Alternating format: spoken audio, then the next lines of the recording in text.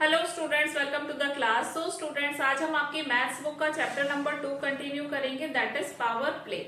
Last video में हमने figure it out के क्वेश्चन किए थे फ्रॉम क्वेश्चन नंबर 1 to 4, जो कि गिवन है पेज नंबर 44 पे। तो आज हम स्टार्ट करेंगे क्वेश्चन नंबर 5 से। तो स्टूडेंट्स, हमारा फिफ्थ क्वेश्चन है, simplify and right this in the exponential form. In numbers को सिंप्लीफाई करके हमें एक्सपोनेंशियल फॉर्म में ही आंसर देना है, ठीक है। तो हमारा फर्स्ट क्वेश्चन है 10 raise to the power -2 multiply by 10 raise to the power -5। यहाँ पर हम पावर नंबर्स की दो इंपॉर्टेंट प्रॉपर्टीज यूज करेंगे। प्रॉपर्टीज ये हैं कि जब देखिए ये पावर नंबर है, ये बेस है और ये इसे पावर भी बोलते हैं और एक्सपोनेंट भी बोलते हैं, ठीक है।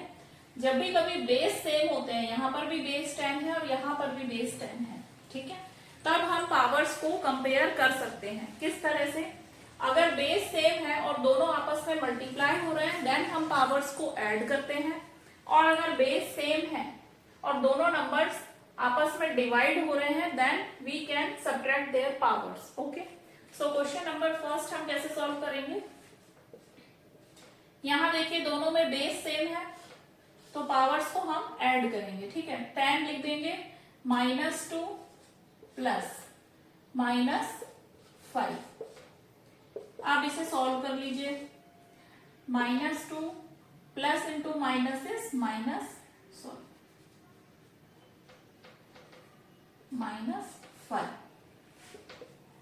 10 raise to the power -2 and -5 is -7। ये आपका आंसर है। एक्सपोनेंशियल फॉर्म में ही हमें आंसर देना है, वैल्यू नहीं निकालनी है, ठीक है। एक्सपोनेंशियल फॉर्म इसे ही कहते हैं जिसमें पावर लगी हुई है, ठीक है। नेक्स्ट, यहाँ पर बेस सेम है, दोनों आपस में डिवाइड हो रहे हैं, तो हम इनके पावर्स को सब्ट्रैक्ट कर सकते हैं। 5 7 -4। आंसर क्या हो जाएगा? 7 - 4 इज 3। ये है आपका आंसर। Next question. सो हमारा क्वेश्चन नंबर 3 है 9 raise to the power -7 divided by 9 raise to the power 4। देखिए बेस सेम है, ये भी 9 है, ये भी 9 है, डिवाइड हो रहे हैं आपस में, तो पावर्स को हम माइनस कर सकते हैं, ठीक है।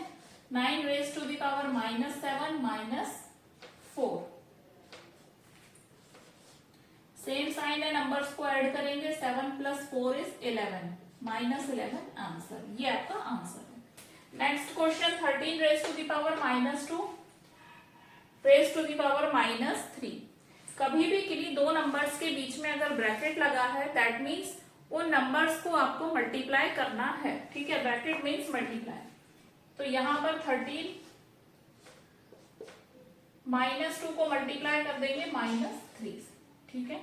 आपका आंसर आ जाएगा 13 raise to the power 2 × 3 is 6, और माइनस इंटू माइनस प्लस होता है, ठीक है। प्लस का साइन आप लगाएं ना लगाएं एक ही बात है, +6।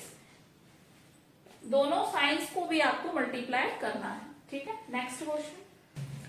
तो हमारा नेक्स्ट क्वेश्चन कुछ इस तरह से है, m raise to the power 5 n raise to the power 12 और ब्रैकेट में mn raise to the power 9, ठीक है।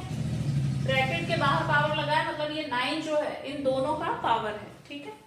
तो पहले हम ब्रैकेट ओपन कर लेते हैं। ये सभी आपस में मल्टीप्लीकेशन में लिखे हुए हैं, मल्टीप्लाई हो रहे हैं।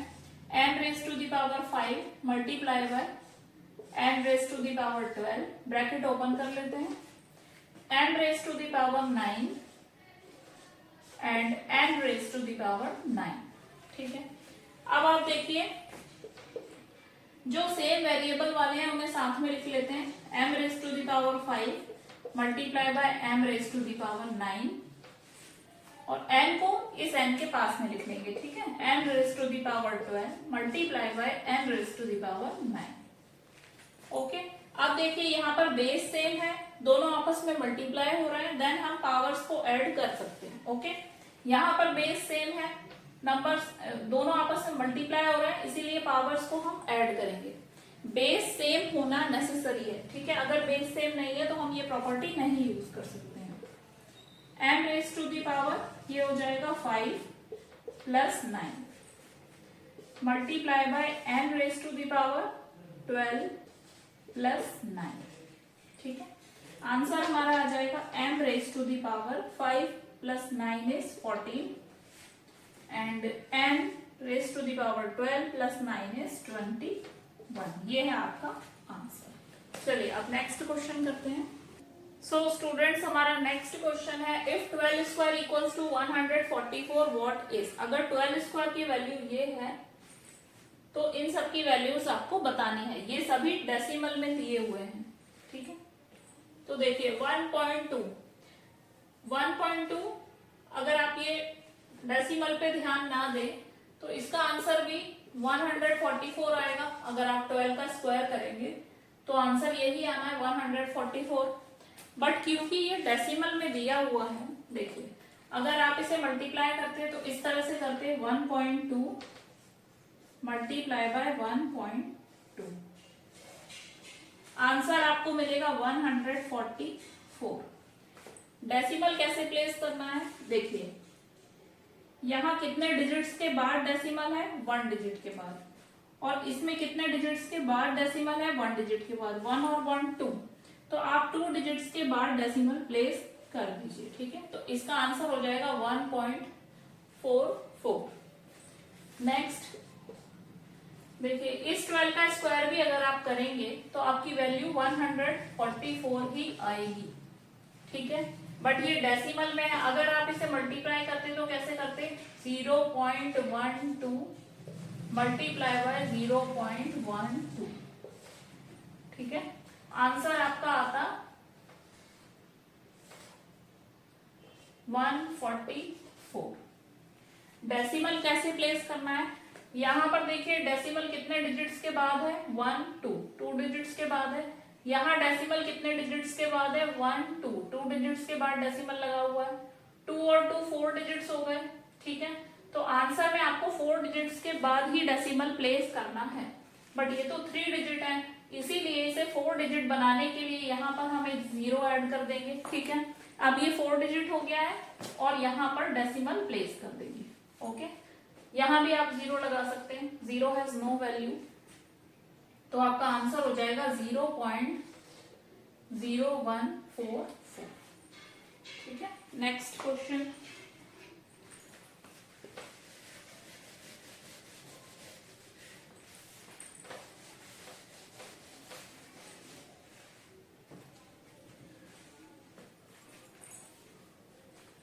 सो नेक्स्ट क्वेश्चन है 0.012। अब इसका स्क्वायर आप करेंगे, जब मल्टीप्लाई करेंगे अगेन आपको वैल्यू मिलेगी 144, क्योंकि 12 तो है इसमें, है ना। डेसिमल कितने डिजिट्स के बाद प्लेस करना है ये कैसे देखेंगे आप, देखिए आप जब मल्टीप्लाई करेंगे 0.012 मल्टीप्लाई बाय 0.012, ठीक है, आपको आंसर मिलेगा 144, सॉरी, और यहाँ कुछ जीरोस भी आएंगे, ये जीरोस भी मल्टीप्लाई होंगे, ठीक है। डेसिमल कैसे प्लेस करना है, यहाँ कितने डिजिट्स के बाद डेसिमल प्लेस किया गया है, 1 2 3 डिजिट्स के बाद डेसिमल लगा हुआ है, यहाँ पर 1 2 3 डिजिट्स के बाद डेसिमल लगा हुआ है, 3 and 3 is 6, ठीक है, 3 and 3 are 6, तो 6 डिजिट के बाद आपको डेसिमल प्लेस करना है, 1 2 3 4 5 6। तो यहाँ पे देखिए 3 डिजिट्स हैं, 3 जीरोस और लगा दीजिए और यहाँ डेसिमल प्लेस कर दीजिए, यहाँ भी आप 0 लिख सकते हैं, ठीक है। तो ये है आपका answer.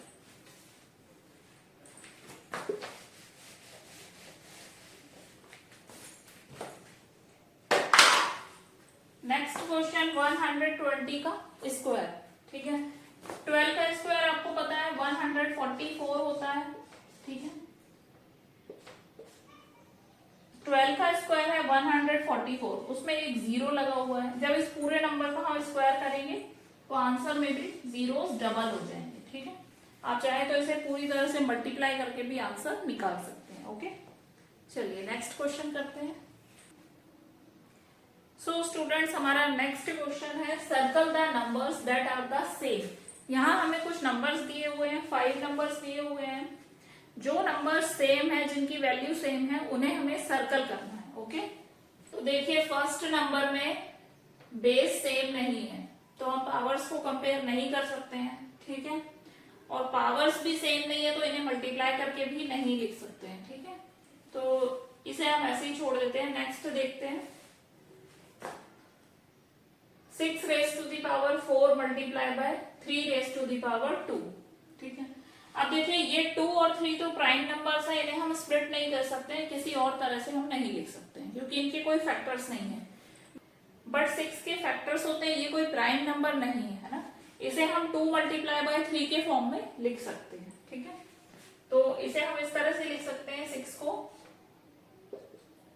2 into 3 raise to the power 4। 2 into 3 6 की वैल्यू है, 6 पे 4 की पावर लगी हुई है, इसलिए हमने यहाँ भी 4 का पावर लगा दिया, ठीक है। Multiply by 3 square. अब इसे सॉल्व करेंगे तो 2 raise to the power 4 multiply by 3 raise to the power 4 multiply by 3 square, ठीक है। अब देखिए 2 raise to the power 4 as it is रहेगा, है ना, और 3 रेज टू दी पावर 3 और 3 दोनों बेस सेम है, पावर स्क्वायर करके लिख दीजिए 4 प्लस 2 इज 6, ठीक है। तो इसकी वैल्यू आ गई 2 raise to the power 4 3 raise to the power 6।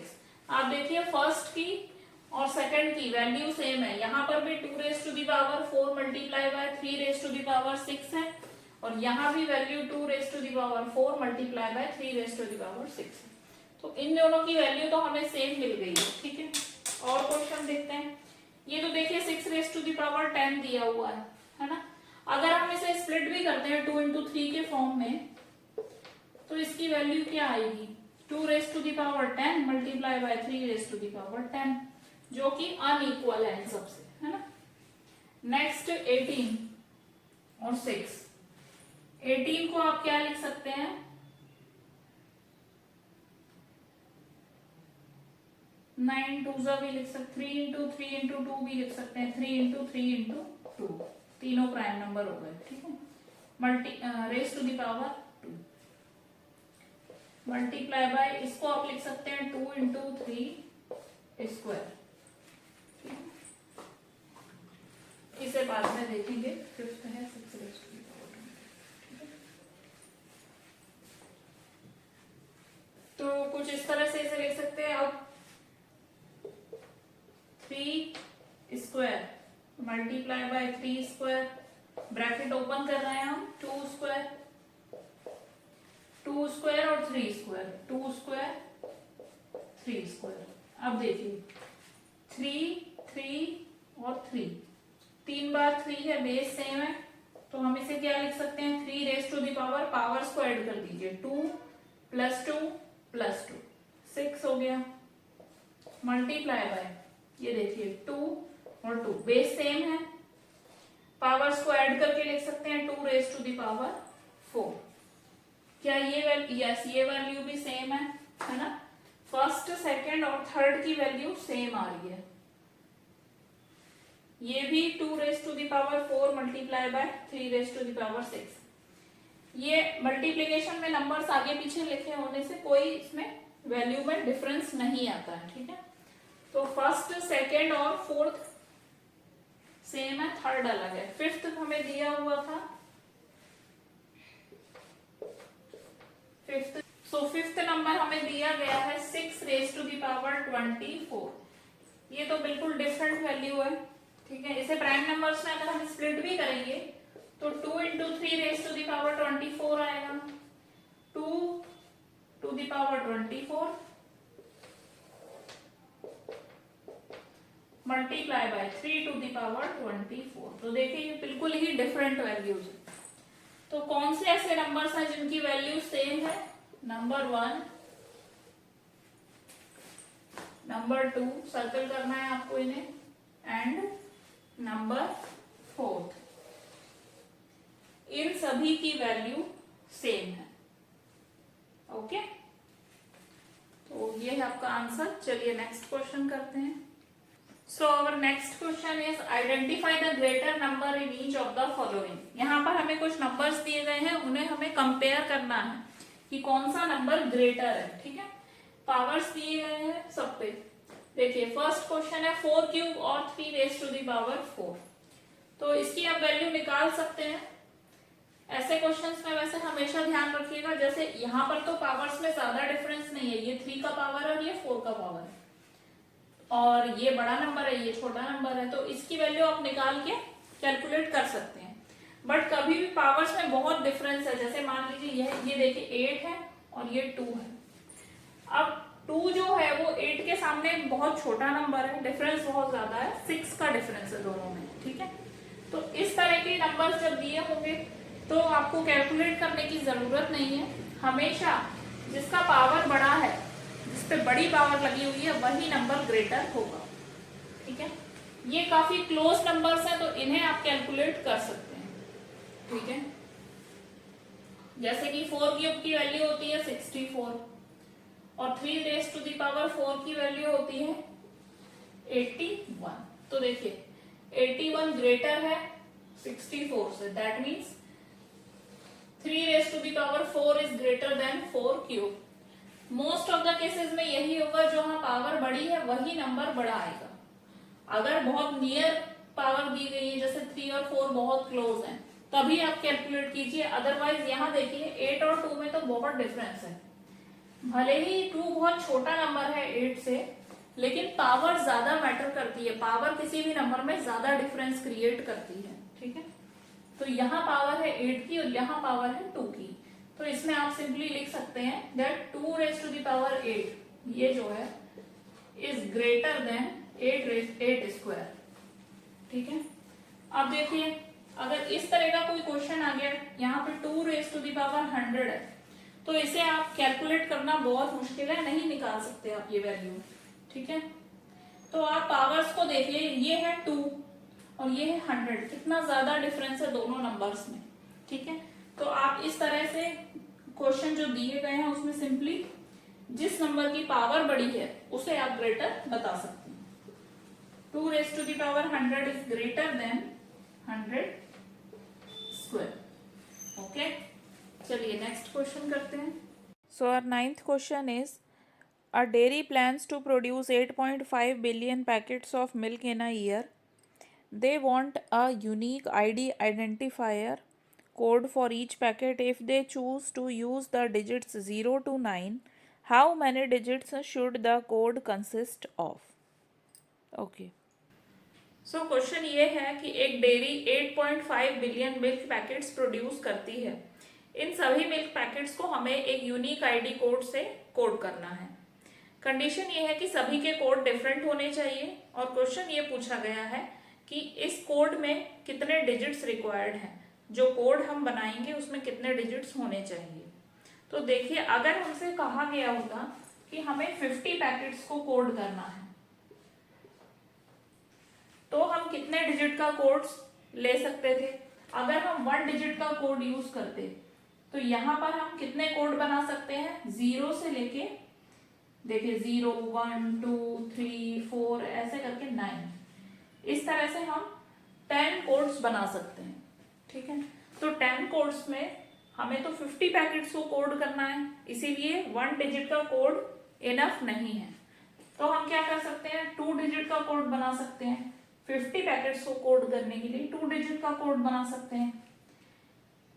Code में इधर हम 0 से लेके 9 तक 10 डिजिट्स प्लेस कर सकते हैं, यहां पर भी हम 0 से लेके 9 तक 10 डिजिट्स को प्लेस कर सकते हैं, ठीक है।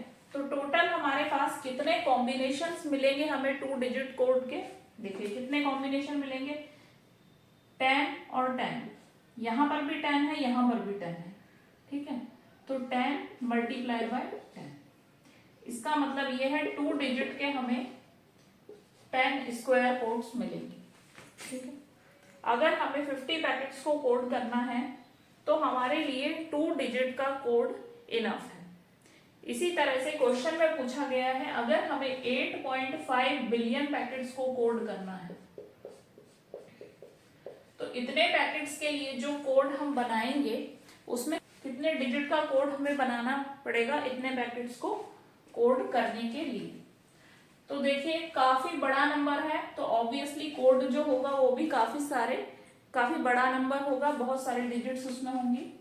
मान लीजिए हम 9 डिजिट का कोड लेते हैं, 1 2 3 4 5 6 7 8 9। अगर हम 9 डिजिट का कोड बनाते हैं तो यहाँ पर हम 0 से लेके 9 तक 10 डिजिट्स में से कोई भी एक नंबर प्लेस कर सकते हैं। सिमिलरली यहाँ पर भी हम 0 से लेके 9 तक कोई भी एक नंबर प्लेस कर सकते हैं। ठीक है, यहाँ पर भी 0 से लेके 9 तक कोई भी एक नंबर प्लेस कर सकते हैं। तो यहाँ पर भी हमारे पास 10 नंबर्स का ऑप्शन है, यहाँ भी 10 नंबर्स का ऑप्शन है, यहाँ भी 10 नंबर्स का ऑप्शन है। इसी तरह से हर जगह हम 10 नंबर्स का ऑप्शन हमारे पास है। टोटल कितनी जगह हमने ली है, कितने डिजिट हमने अज्यूम किए हैं? ठीक है, 9। तो हमारे पास टोटल 10⁻⁹ इतने कॉम्बिनेशंस की पॉसिबिलिटी है, इतने कॉम्बिनेशंस हम बना सकते हैं, अलग अलग कोड बना सकते हैं। ठीक है, 10⁻⁹ का मतलब होता है 1 बिलियन। ठीक है, अब देखिए, अगर हम 9 डिजिट का कोड बनाते हैं तो हम 1 बिलियन कोड के कॉम्बिनेशंस बना लेंगे। ठीक है, बट हमें 8.5 बिलियन पैकेट्स को कोड करना है। अगर हमें 8.5 बिलियन पैकेट्स को कोड करना है तो 1 बिलियन तो कम है, कुछ पैकेट्स ऐसे रह जाएंगे जिनका कोड नहीं है। ठीक है, तो हमें क्या करना होगा, 9 डिजिट का कोड मतलब इनफ नहीं है, हमें एक डिजिट इंक्रीज करनी पड़ेगी। मान लीजिए हम 10 डिजिट का कोड बनाते हैं तो टोटल हम कितने कॉम्बिनेशंस बना लेंगे, 10⁻10। ठीक है, यानी कि 10 बिलियन। 10 बिलियन कोड हम बना लेंगे अगर हम 10 डिजिट का कोड बनाते हैं तो 10 बिलियन कोड इनफ है, इसमें से हम 8.5 बिलियन पैकेट्स को आराम से कोड कर सकते हैं। ठीक है, तो यही इस क्वेश्चन में पूछा गया है। तो 8.5 बिलियन पैकेट्स को कोड करने के लिए हमें 10 डिजिट्स का कोड बनाना होगा। सो इस क्वेश्चन को स्टेप बाय स्टेप कैसे लिखते हैं आइए सीखते हैं। ठीक है, total number of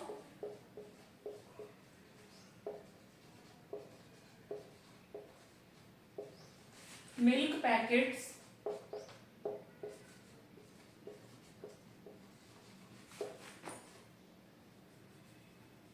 required to be coded। Total कितने पैकेट्स रिक्वायर्ड है कोड करने के लिए, 8.5 बिलियन। 8.5 बिलियन पैकेट्स को हमें कोड करना है और हमारे पास कोड करने के लिए ऑप्शंस क्या है, 0 से लेकर 9 तक हम नंबर्स का हम कोड बना सकते हैं। ठीक है, तो क्या लिखेंगे, टोटल ऑप्शंस ब्रैकेट में लिख देती हूँ 0 to 9। Total options available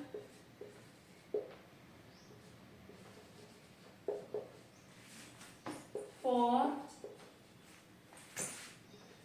each digit place. तो टोटल हमारे पास 0 से लेकर 9 तक 10 ऑप्शंस हैं। ठीक है, 10 ऑप्शंस हैं हमारे पास एक डिजिट पे प्लेस करने के लिए। तो अगर हम 9 डिजिट का कोड बनाते हैं तो हमें 1 बिलियन कॉम्बिनेशंस मिलेंगे और 9 digit code will provide 1 billion combinations. ठीक है, 9 डिजिट का कोड अगर हम बनाते हैं तो हमें 1 बिलियन कॉम्बिनेशंस मिलेंगे, बट हमें कितने पैकेट्स को कोड करना है, 8.5 बिलियन पैकेट्स को, जो कि 1 बिलियन से बड़ा है ना।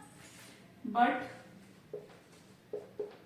8.5 billion is greater than 1 billion. ठीक है, 8.5 बिलियन तो बड़ा है 1 बिलियन से। तो देखिए 9 डिजिट का कोड इनफ नहीं है, इसलिए हमें क्या करना होगा, 10 डिजिट का कोड बनाना होगा। ठीक है, तो हम आंसर हमारा हो जाएगा therefore the code must be of 10 digits. सो हमारा आंसर है 10 डिजिट्स। ठीक है, 8.5 बिलियन पैकेट्स को कोड करने के लिए हमें 10 डिजिट्स का कोड बनाना होगा। So next question is 64 is a square number and cube number. Are there other numbers that are both squares and cubes? Is there a way to describe such numbers in general? सो इस question में हमें number दिया गया है 64, जो कि एक square number भी है और एक क्यूब नंबर भी है। 64 स्क्वायर है 8 का और क्यूब है 4 का।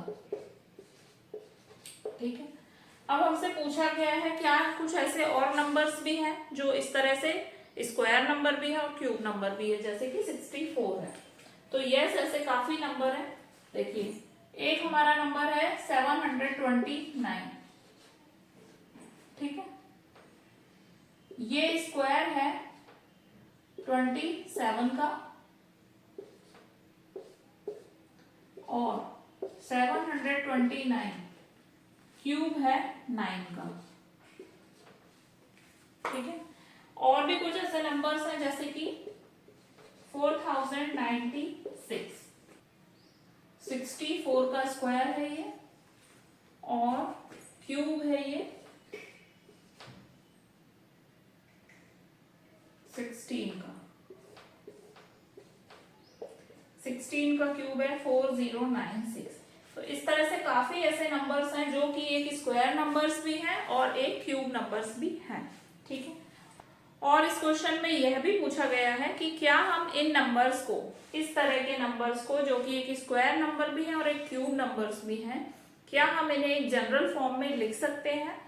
तो देखिए, बिल्कुल लिख सकते हैं। कैसे? सो स्टूडेंट्स, अगर किसी भी नंबर की पावर 6 है तो उसकी जो वैल्यू आएगी उन्हीं नंबर्स को हम एक स्क्वायर और क्यूब नंबर के फॉर्म में लिख सकते हैं।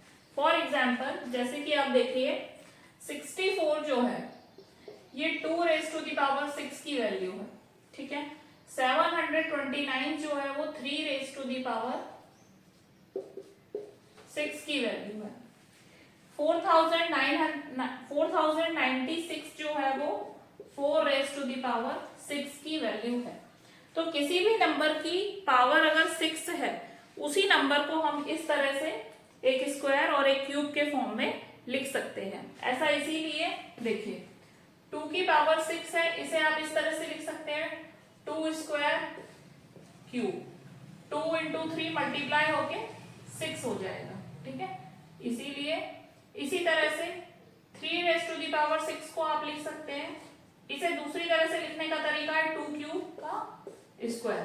तो देखिए 2 क्यूब का स्क्वायर हो गया और 2 स्क्वायर का क्यूब हो गया। तो इसे हम एक क्यूब के फॉर्म में भी लिख पा रहे हैं, 2 raised to the power 6 को हम क्यूब के फॉर्म में भी लिख पा रहे हैं, 2 raised to the power 6 को हम स्क्वायर के फॉर्म में भी लिख पा रहे हैं। ठीक है, इसी तरह से 3 raised to the power 6 इसे भी हम एक क्यूब और एक स्क्वायर के फॉर्म में लिख सकते हैं। 3 का स्क्वायर और क्यूब, 3 क्यूब का square, 3 raised to the power 6 जो है उसे हम 3 स्क्वायर का क्यूब लिख सकते हैं और 3 क्यूब का स्क्वायर लिख सकते हैं।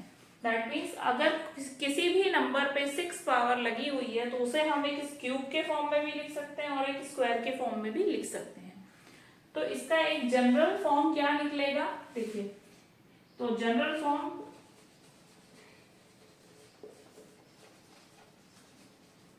ऑफ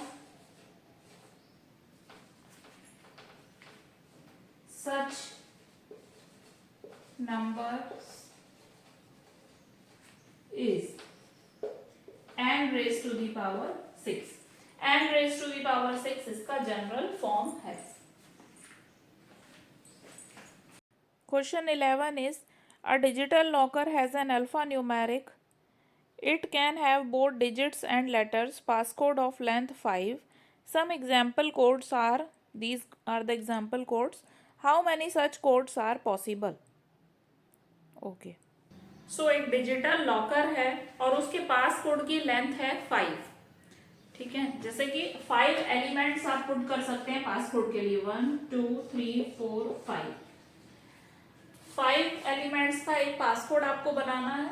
उसमें आप नंबर्स भी फिल कर सकते हैं, पासकोड नंबर का भी बना सकते हैं, लेटर्स का भी बना सकते हैं, और नंबर्स और लेटर्स को मिक्स करके भी बना सकते हैं। ठीक है, अब देखिए, क्योंकि इसकी स्ट्रेंथ 5 है, 5 एलिमेंट्स की स्ट्रेंथ है। ठीक है, अब यहाँ पर आप देखिए A से लेके Z तक कोई भी लेटर भी रख सकते हैं, 1 से लेके 0 से लेके 9 तक कोई भी नंबर भी यहाँ पे प्लेस आप कर सकते हैं। ठीक है, 0 से लेके 9 तक कोई भी नंबर आप यहाँ प्लेस कर सकते हैं, और A to Z कोई भी लेटर आप यहाँ पे प्लेस कर सकते हैं। ठीक है, सो कैसे करेंगे, total numbers is equal to, bracket में लिख दीजिए 0 to 9 इक्वल्स टू 10। ठीक है, 10 नंबर्स हैं आपके पास। टोटल लेटर्स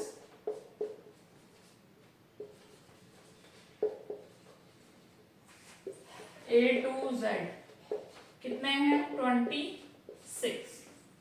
ठीक है, तो एक जगह पे आप देखिए कितनी चीजें प्लेस कर सकते हैं, 10 नंबर्स और 26 लेटर्स, टोटल 36 ऑप्शंस हैं आपके पास, है ना। Total options to be placed, total options equals to 36। ठीक है, एक जगह पे प्लेस करने के लिए आपके पास 36 ऑप्शंस हैं। ठीक है, और इस क्वेश्चन में ये भी दिया गया है कि आप इन्हें रिपीट भी कर सकते हैं।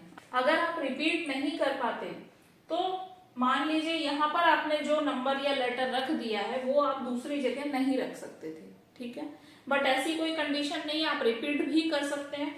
तो हर प्लेस पे आपके पास 36 एलिमेंट्स का ऑप्शन है। हर प्लेस पे आप 36 ऑप्शंस में से कुछ भी रख सकते हैं। ठीक है, 0 0 0 भी बना सकते हैं पासकोड, ABCD कुछ भी बना सकते हैं, रिपीट भी कर सकते हैं। तो क्योंकि हर प्लेस पे 36 एलिमेंट्स का ऑप्शन आपके पास है, देयरफॉर कितने पासकोड आप बना सकते हैं, टोटल, सिंस टोटल ऑप्शंस हमारे पास 36 हैं, therefore total possible passcode equals to 36 raise to the power 5। क्योंकि 5 प्लेसेस पे हम 36 एलिमेंट्स को प्लेस कर सकते हैं, इसीलिए आपके पास 36 रेज टू द पावर 5 पासकोड्स के ऑप्शंस हैं।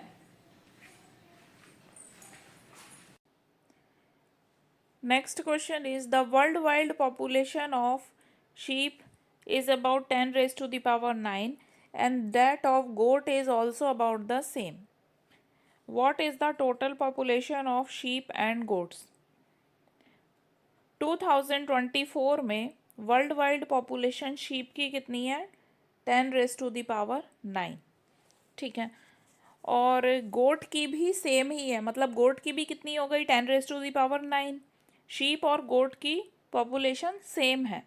गोट अगर 10 raise to the power, sheep अगर 10 रेज टू द पावर 9 है, दैट मीन्स गोट भी 10 रेज टू द पावर 9 है। So what is the total population of sheep and goat, तो दोनों की मिला के टोटल पॉपुलेशन कितनी होगी, डबल हो जाएगी, 10 रेज टू द पावर 9 का डबल हो जाएगा। ठीक है, तो यहाँ जो ऑप्शंस दिए हैं उसमें से आपको बताना है करेक्ट आंसर कौन सा है। तो 20 रेज टू द पावर 9 गलत है, 10 रेज टू द पावर 9 का डबल हमें करना है, डबल इसका आंसर होगा, 10 रेज टू द पावर 9 का डबल आंसर होगा। ठीक है, 20 raised to the power 9 is wrong. Second option is 10 raised to the power 11. This is also wrong. 10 raised to the power 10. This is also wrong. 10 raised to the power 18. No. 2 into 10 raised to the power 9. यहाँ पे 10 raised to the power 9 का double हो रहा है। ठीक है, क्योंकि ये 2 से मल्टीप्लाई हो रहा है। सो फिफ्थ ऑप्शन करेक्ट है। सिक्स्थ ऑप्शन देख लेते हैं क्या, 10 raised to the power 9 plus 10 raised to the power 9. This is also correct option because sheep भी 10 रेज टू द पावर 9 है और गोट भी 10 रेज टू द पावर 9 है, और यहाँ पे दोनों ही प्लस हो रहे हैं, 10⁻⁹ plus 10⁻⁹ so option number 6 is also correct. Both option number 5 and 6 are correct. Next question. Calculate and write answers in scientific notations. सो कुछ क्वेश्चंस दिए गए हैं, इन्हें हमें कैलकुलेट करना है और साइंटिफिक नोटेशन में इनके आंसर्स लिखना है. Question number first is if each person in the world has 30 pieces of clothing find the total number of pieces of clothing. अगर वर्ल्ड में सभी के पास, हर एक इंसान के पास 30 पीसेस ऑफ क्लोथिंग है तो पूरे वर्ल्ड में टोटल नंबर ऑफ क्लोथ्स कितने होंगे. तो जैसे कि चैप्टर में हमें दिया हो गया है कि total number of people world में कितने हैं, हम उसी को अज्यूम करके इसका आंसर निकालेंगे. ओके, यहाँ पे गिवन है.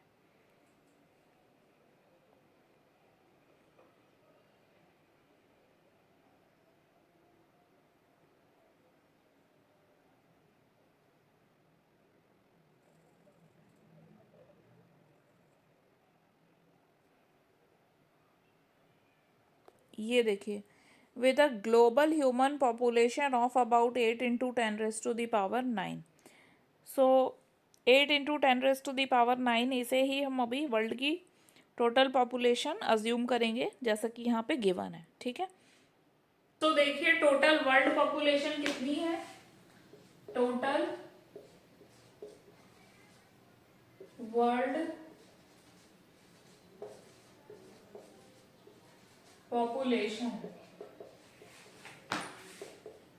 8 into 10 raise to the power 9. ठीक है, इतनी टोटल पॉपुलेशन है और हर एक के पास 30 पीसेस ऑफ क्लोथ्स हैं.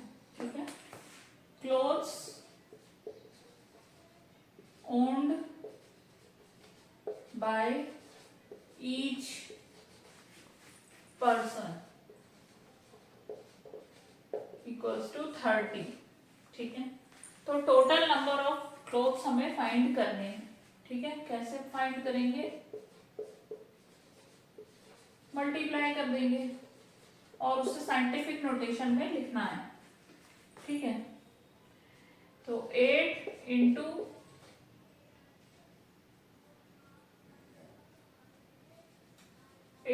10 रेज टू द पावर 9 को मल्टीप्लाई कर देंगे 30 से. ठीक है, साइंटिफिक नोटेशन में हम कैसे लिखते हैं किसी भी नंबर को, एक नंबर 10 के पावर के फॉर्म में रहेगा.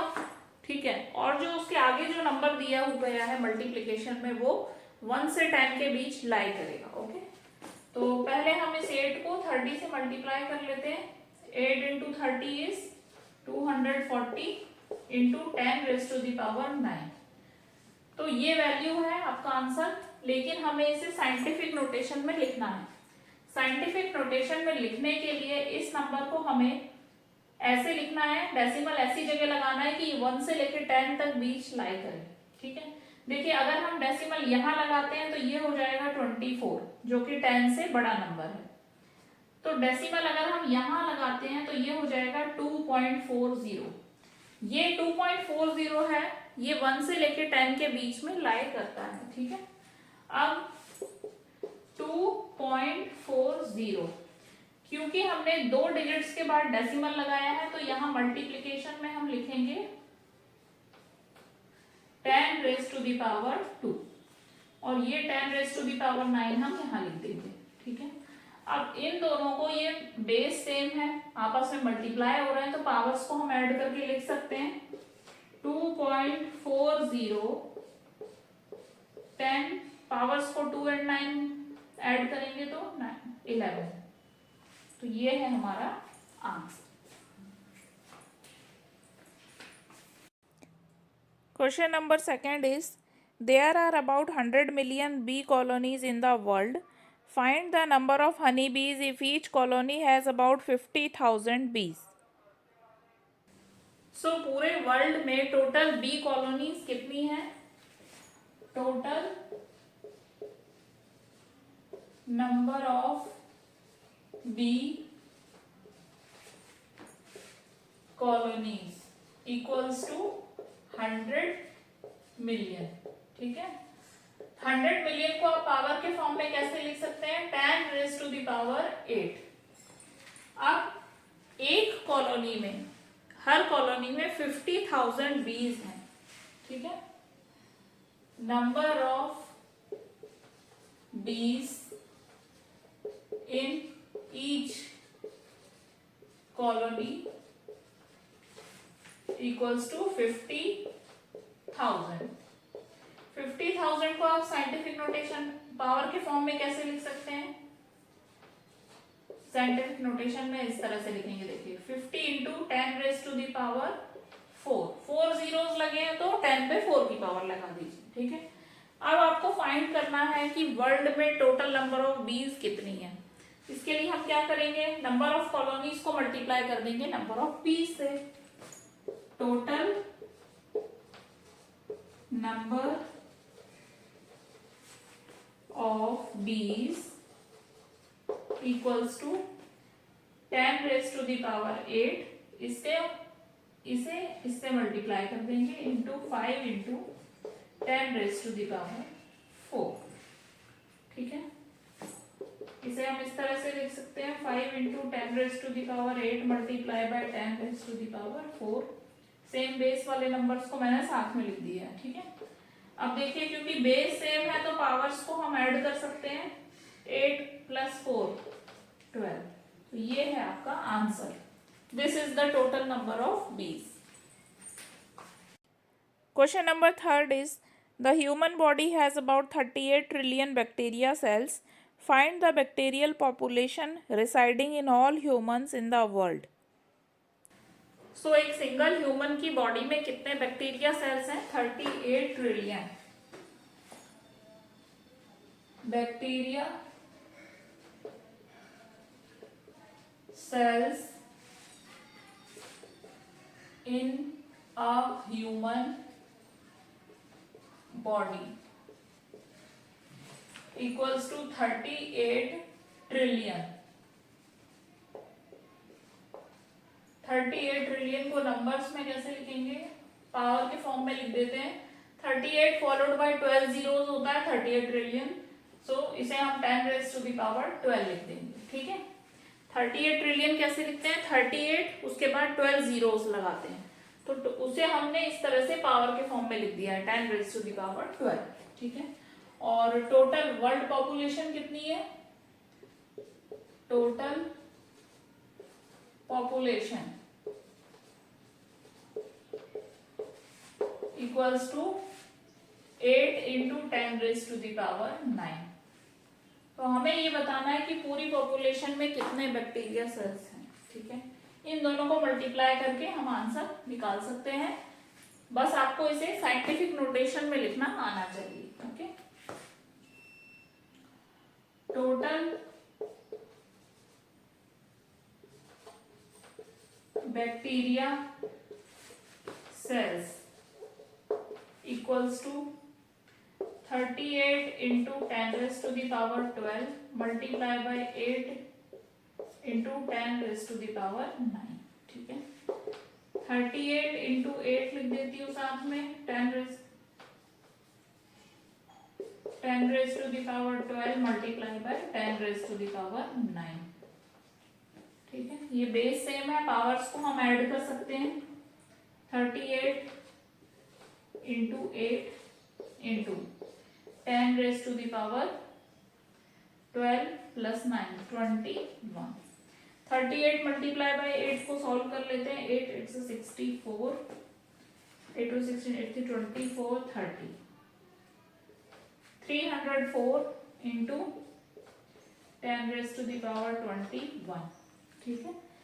इसे हम इस नंबर पे अब ऐसी जगह हमें डेसिमल लगाना है जिससे इसकी वैल्यू 1 से 10 के बीच में आ जाए, ठीक है। अगर हम यहाँ डेसिमल लगाएंगे तो ये 30 हो जाएगा जो कि 10 से बड़ा है, इसीलिए हम यहाँ पर डेसिमल लगाएंगे, फिर ये 3.04 हो जाएगा जो कि 1 से 10 के बीच में लाई करता है, ठीक है।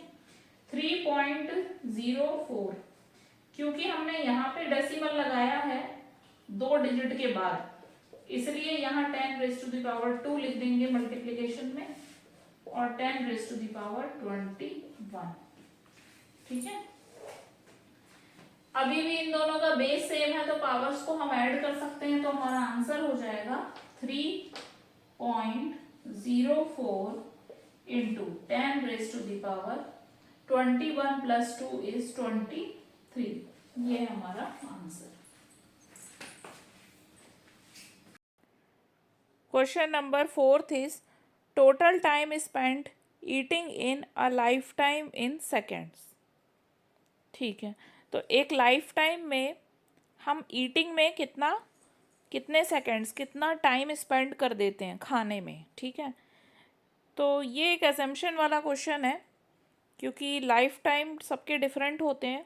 ठीक है, तो आप अपने आप से कोई लाइफ टाइम 60 ईयर्स या 70 ईयर्स या 80 ईयर्स एज्यूम करके, और सबका ईटिंग का टाइम भी अलग होता है, पर डे में आप कितना समय दे रहे हैं खाना खाने में। ठीक है, वो भी सबका डिफरेंट होता है, लाइफ टाइम भी सबका डिफरेंट होता है।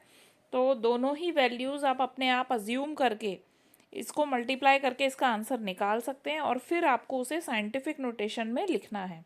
तो ये आप अपने आप से कर सकते हैं, जो भी आपको अपने हिसाब से सही लाइफ टाइम लगे, और जितना टाइम आप एक दिन में ईटिंग में खाने में खर्च करते हैं उसे उससे मल्टीप्लाई करके आंसर निकाल सकते हैं सेकेंड्स में। नेक्स्ट क्वेश्चन करते हैं। व्हाट वाज द डेट 1 अरब 1 बिलियन सेकेंड्स अगो। तो 1 अरब या फिर 1 बिलियन सेकेंड्स पहले डेट क्या थी वो आपको बतानी है। आज से 1 बिलियन सेकेंड्स पहले क्या डेट थी। सो क्वेश्चन नंबर 14 है व्हाट वाज द डेट 1 अरब 1 बिलियन सेकेंड्स अगो। 1 अरब या फिर 1 बिलियन सेकेंड्स अगो पहले डेट क्या थी। ठीक है, देखिए आज क्या डेट है, आज डेट है 7 जुलाई 2026। ठीक है, अब आपकी बुक में दिया हुआ है, पहले तो हम इसे लिख लेते हैं 1 बिलियन सेकेंड्स। इसे आप कैसे लिख सकते हैं, देखिए 10 raise to the power 9 seconds, इस तरह से लिख सकते हैं। 10 raise to the power 9 seconds होता है 1 बिलियन सेकेंड्स। ठीक है, आपकी बुक में दिया हुआ है 10 raise to the power 9 seconds equals to 31.7 years. ठीक है, 1 बिलियन सेकंड्स का मतलब होता है 31.7 ईयर्स। तो अब आप निकाल सकते हैं, आज अगर ये डेट है, जिस भी डेट में आप ये क्वेश्चन सॉल्व कर रहे हैं, आप उसमें से 31.7 ईयर्स अगो क्या डेट रही होगी वो निकाल सकते हैं। ठीक है, 2026 में से 31 ईयर्स अगर आप माइनस कर देंगे तो आपको क्या कौन सा ईयर मिलेगा, the date one billion seconds ago was. 2026 में से आप 31 ईयर्स माइनस कर दीजिए तो आपको ईयर्स क्या मिल जाएंगे, 5 9 1995 तो ईयर हो जाएगा। ठीक है, जुलाई 7th मंथ है, 7 मंथ्स और माइनस कर दीजिए तो जनवरी मिल जाएगा आपको मंथ। ठीक है, और डेट होगी 7। अब ये एक अप्रॉक्स आंसर है, एग्जैक्ट हमने डेज माइनस करके इसे नहीं निकाला है, तो आप इसे अप्रॉक्स आंसर ही देना है इस तरह के क्वेश्चन में। इसमें सिर्फ आपको ये सिखाया गया है कि आप इसे कैसे निकाल सकते हैं। ठीक है, सो 7 जनवरी 1995 was the approximate date. So students, इसी क्वेश्चन के साथ हमारी एक्सरसाइज कंप्लीट होती है। मिलते हैं नेक्स्ट वीडियो में नई एक्सरसाइज के साथ। Till then bye bye, stay connected and keep learning.